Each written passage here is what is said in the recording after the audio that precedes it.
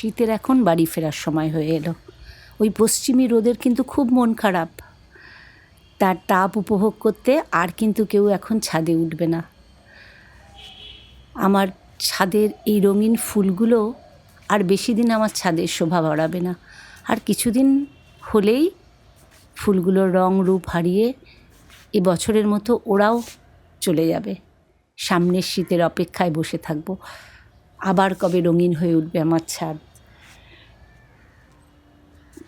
এই ঘুঘুটা প্রতিদিন ঠিক এই সময় এখানে এসে বসে থাকতে, জানি না কেন। যাই, সন্ধ্যে 7টা,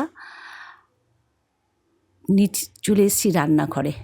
রান্না করতে করতেই আজকে আপনাদের সঙ্গে গল্প করব। আমাদের বাঙালিদের জীবনে কিন্তু দেখবেন বেশিরভাগ সময় খাওয়া দাওয়ার মধ্য দিয়েই কাটে। যখন খুব মন খারাপ হয় তখন মন খারাপের লুকোতে বলি চল না কোথাও গিয়ে কিছু খেয়ে আসি। আবার যখন মনে খুব আনন্দ হয় বলি চল একটা পার্টি হয়ে যাক। শীতকাল আসলে চিন্তা করি কবে পিঠে করব, কবে পায়েস করব। বর্ষা হলে ভাবি কবে খিচুড়ি, গরম গরম বেগুনি, আলুর চপ খাবো। ইউটিউব খুললেও দেখবেন সারা দিন শুধু রান্না। আর আমরাও সেই রান্না কে কত সুন্দর করে করছে, বিদেশের রান্না কেমন, আমাদের এখানকার কেমন, গ্রামের রান্না কেমন, নানাভাবে আমরাও কিন্তু তাদের থেকে রান্না শিখি।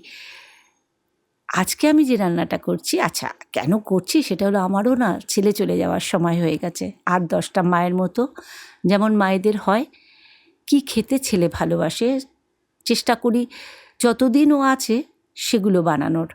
আজকে চিকেন এনেছি, আসলে রাত্রিবেলা একটু পিস পোলাও আর চিকেন কষা করব। তো ভাবলাম চিকেনের ব্রেস্ট থেকে কিছুটা চিকেন নিয়ে মিক্সিতে একটা পেস্ট করে সন্ধেবেলা স্ন্যাক্স হিসাবে একটু মোমোই চেষ্টা করে দেখা যাক না কেমন হয়।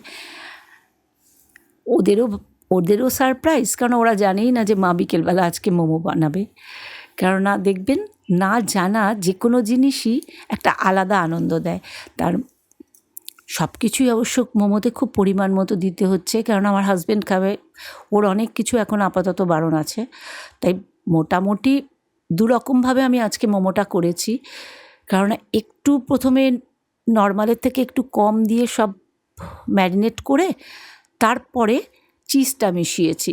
বানানোর সময়ও শেপ আলাদা করেছি, কেননা যাতে বোঝা যায় কোনটায় চিজ বেশি কোনটায় কম। এই সমস্ত রান্নাই কিন্তু আমি ইউটিউব দেখেই শিখেছি। সত্যি ইউটিউব কিন্তু আমাদের বড় শিক্ষক। এমন কোনো জিনিস নেই যেটা জানতে হলে পাশের বাড়ির কাকিমা কি পাশের বাড়ির কাকুর হাত ধরতে হয়। মোবাইলে ইউটিউবটা খুললেই আমরা পেয়ে যাই।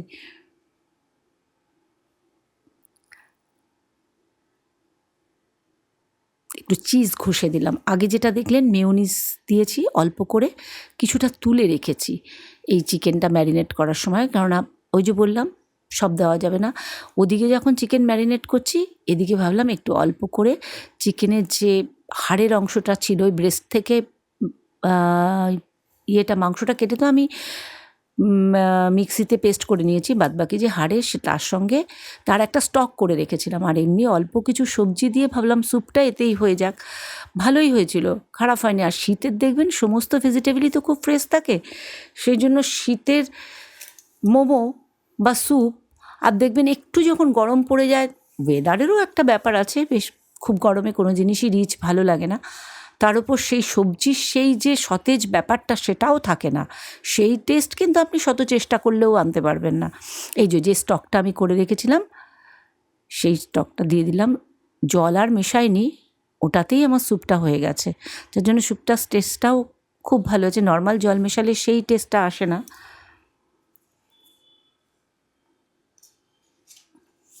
দেখতে দেখতে আমার ছেলের 15 দিন হয়ে গেল। দেখবেন ছেলেমেয়েরা যখন থাকে রান্না করতে কোনো কষ্টও মনে হয় না। আর যখন ওরা না থাকে মনে হয় আজকে কী রাঁধবো, কী করব, কিছু যেন ভালোও লাগে না, রাঁধতেও ইচ্ছে করে না। কার জন্য রাঁধবো, নিজেদের তো হাজার সমস্যা থাকে না। এদিকে ময়দাটা ম্যারিনেট করে নেবো। আচ্ছা, ওয়াও মোমোতে আমি দেখেছি ওরা না ময়দার যে কোটিংটা থাকে তার মধ্যে একটু ধনেপাতা দেয়। সেজন্য আমি প্রথমে একটু গোলমরিচ, আমার সেটা খুব ভালো লেগেছিলো। দেখবেন খেয়াল করে ধনেপাতার টুকরো একটু একটু পড়ে। আমি আজকে কিন্তু এই প্রথম এটাই চেষ্টা করছি, জানি না কেমন হবে, রেজাল্ট দেবে আমার ছেলেমেয়েরা, আমার পরিবার।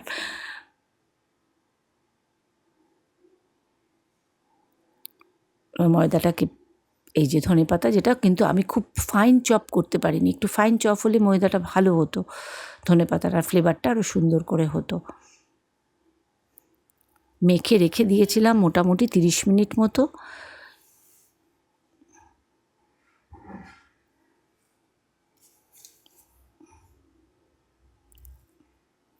এই যে ডোটা থেকে কেটে মোটামুটি একটা সাইজ করে নিয়েছে। যার প্রথমে আমি চিজ দেওয়া মোমোগুলো বানিয়েছি, যেহেতু চিজ দেওয়া মোমো তার শেপটা আমি আলাদা বানিয়েছি যাতে বুঝতে আমার অসুবিধা না হয় পরে।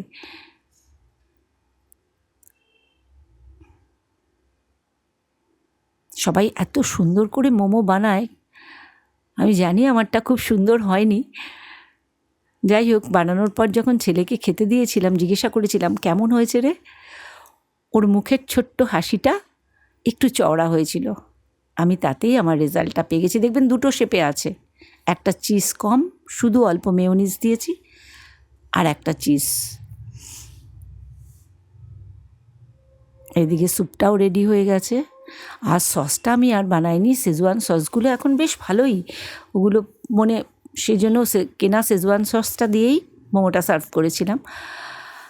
ওই যে সন্ধ্যের স্ন্যাক্স খেতে খেতেই মোটামুটি 9টা বেজে গেছে।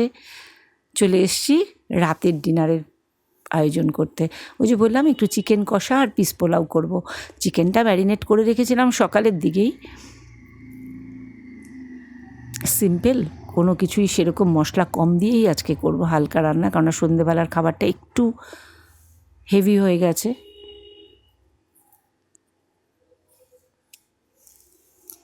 সেই দেখবেন দিনের হয় আমরা নিজেরা বানাই, নয়তো কিনে আনি, কিন্তু দিনের অর্ধেকটা সময় নিজেদের পার্সোনাল একটু কাজ ছাড়া খাওয়া দাওয়ার পেছনেই কিন্তু সময়টা যায়।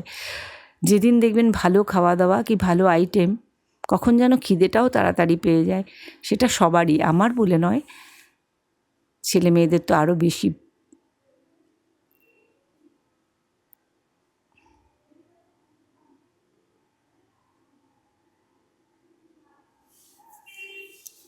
চিকেন হয়ে গেছে, এরপরে রাইসটা করে ফেললেই আজকের মতো আমার রান্না শেষ। পিস পোলাওয়ের মধ্যে অল্প একটু পনির দিয়েছিলাম, কারণ তাহলে টেস্টটা বেশ ভালো লাগে, আমি দেখেছি। আমার তো ডিনার রেডি, আর পোলাওটা হয়ে গেলেই সবাইকে ডেকে দেবো খাওয়ার জন্য। আপনাদের ডিনার নিশ্চয়ই রেডি হয়ে গেছে, কারণ 10টা তো রাত বেজেই গেছে, হয়তো অনেকে তার আগেও ডিনার করে নেন। আমার বাড়িতে ডিনার করতে করতে 10টা সাড়ে 10টা হয়েই যায়। তারপরে এখন ছেলে এসছে, একটু রাত বেশি হচ্ছে।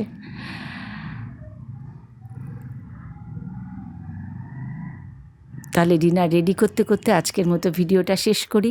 আবার দেখা হবে আরেকটি নতুন দিনে। সবাই ভালো থাকবেন, বাড়ির সবাইকে ভালো রাখবেন।